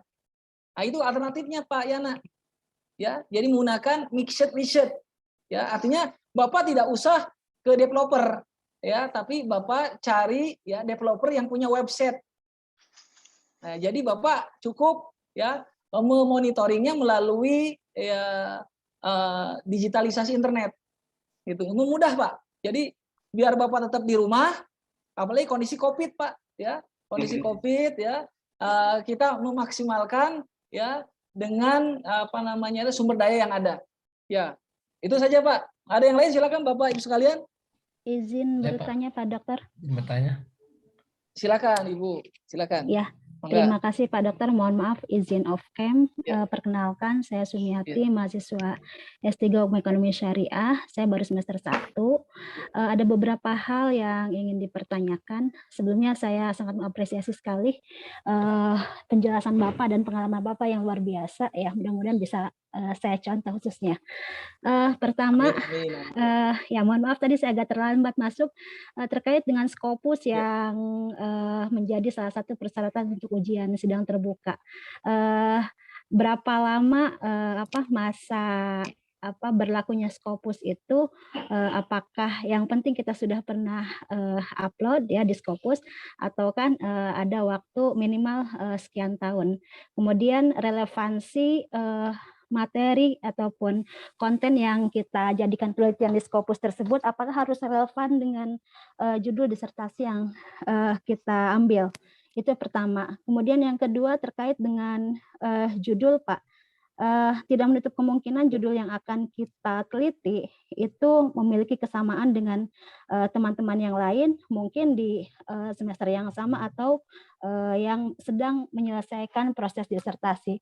Nah, sementara kekhawatiran saya itu tidak ada sistem yang bisa melacak apakah yang kita akan teliti ini sudah diteliti oleh orang lain atau tidak. Khawatirnya nanti begitu kita sudah ada sampai di beberapa bab, ternyata sudah tiba-tiba ada yang sedang terbuka dengan tema yang hampir sama.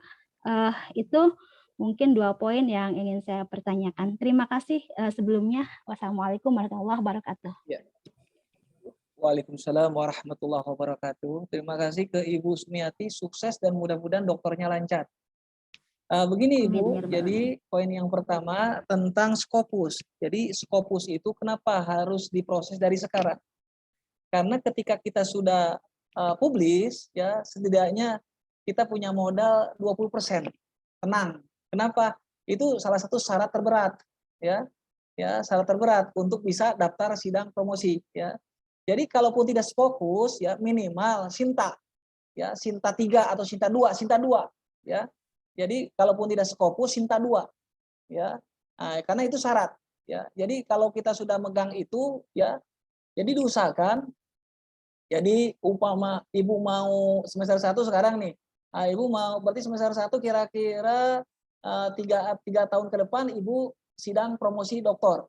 Nah, kalau sekarang Ibu sudah ngurus Scopus, minimal 1 tahun kemudian atau setengah tahun kemudian publish Scopusnya, ya. Kalau lancar. Kalaupun tidak, masih ada peluang waktu, ya. Karena ngurus Scopus itu tidak sebulan 2 bulan, kadang-kala setengah tahun, kadang 1 tahun, ya. Kadang-kala review ulang, ya. Reviewernya mengembalikan ke kita dan sebagainya, ya. Kalaupun tidak, kita kejar yang Sinta, karena untuk syarat di UN Sinan Gunung Jati kan tidak Scopus saja, bisa Sinta. Diusahakan kita penulis pertama. Ya, diusahakan kita penulis utama. Silakan nanti Ibu bisa konsultasi dengan Prof. Anton, ya, atau mungkin bisa konsultasi dengan saya juga, ya, sambil jalan lah, ya. Jadi rekan-rekan yang ada di sini, ya, jangan putus, ya, kita bisa nanti lanjut lagi di di seminar-seminar yang lain, ya, tentang kiat sukses menjadi penulis nasional ya. Jadi saya juga ingin mengajak Bapak Ibu sekalian ya menjadi penulis nasional ya. Mohon Penulis maaf, nasional itu adalah buku ya. mohon maaf Pak Hamda. Kemungkinan waktunya habis ini. Sebentar lagi habis ini waktu. Oh ya, siap-siap. Khawatir tiba-tiba Iya. hilang Jadi ya. Oke, siap. Jadi Ibu itu saja, Ibu. Jadi yang pertama itu, yang kedua tadi yang disampaikan masalah judul yang sama. Jadi kalau judul yang sama itu ya nanti kan terlacak ketika review pendahuluan sebelumnya, kan di proposal itu nanti ada penelitian sebelumnya. Nah, nanti Ibu mengecek browsing di internet apakah ada yang judul yang sama atau tidak. Nah, kalau judul yang sama nanti Ibu dimunculkan bahwasanya penelitian Ibu melanjutkan, memperkuat atau mungkin menambahkan. Ya, jadi review pendahuluan atau penelitian terdahulu. Nah, kemudian adapun nanti narasinya sama, kan nanti ada cek plagiasi. Maka nanti ketika cek plagiasi, ketika ada kesamaan harus parafrase. Ya, jadi itu teknis-teknisnya, Bu. Jadi jangan khawatir disertasi Ibu sama. Disertasi Ibu tentu tidak akan sama karena rilis tahunnya beda. Penelitiannya juga beda, ya, walaupun tema yang diangkat sama. Mungkin itu, Bu, ya, Ibu Sumiati, itu saja yang bisa saya sampaikan, ya. Mudah-mudahan kita bisa lanjut. Kalau bisa nih Bapak Ibu sekalian, ya, kita bisa lanjut di forum-forum yang lainnya. Kurang lebihnya mohon maaf, ya. Ada benar dari Allah. Bila salah semoga Allah memaafkan kita semua dan semoga kita sukses dunia dan akhirat dan tetap semangat dan mudah-mudahan semuanya lancar, magisternya dan doktornya, dan juga yang mau mengajukan guru besar. Amin ya Allah ya Rabbal alamin. Kita tutup dengan baca alhamdulillahirabbil alamin. Wabillahi taufiq wal hidayah. Wassalamualaikum warahmatullahi wabarakatuh. Waalaikumsalam warahmatullahi wabarakatuh. Hatur nuhun Pak Dokter Prof. Anton Hatur.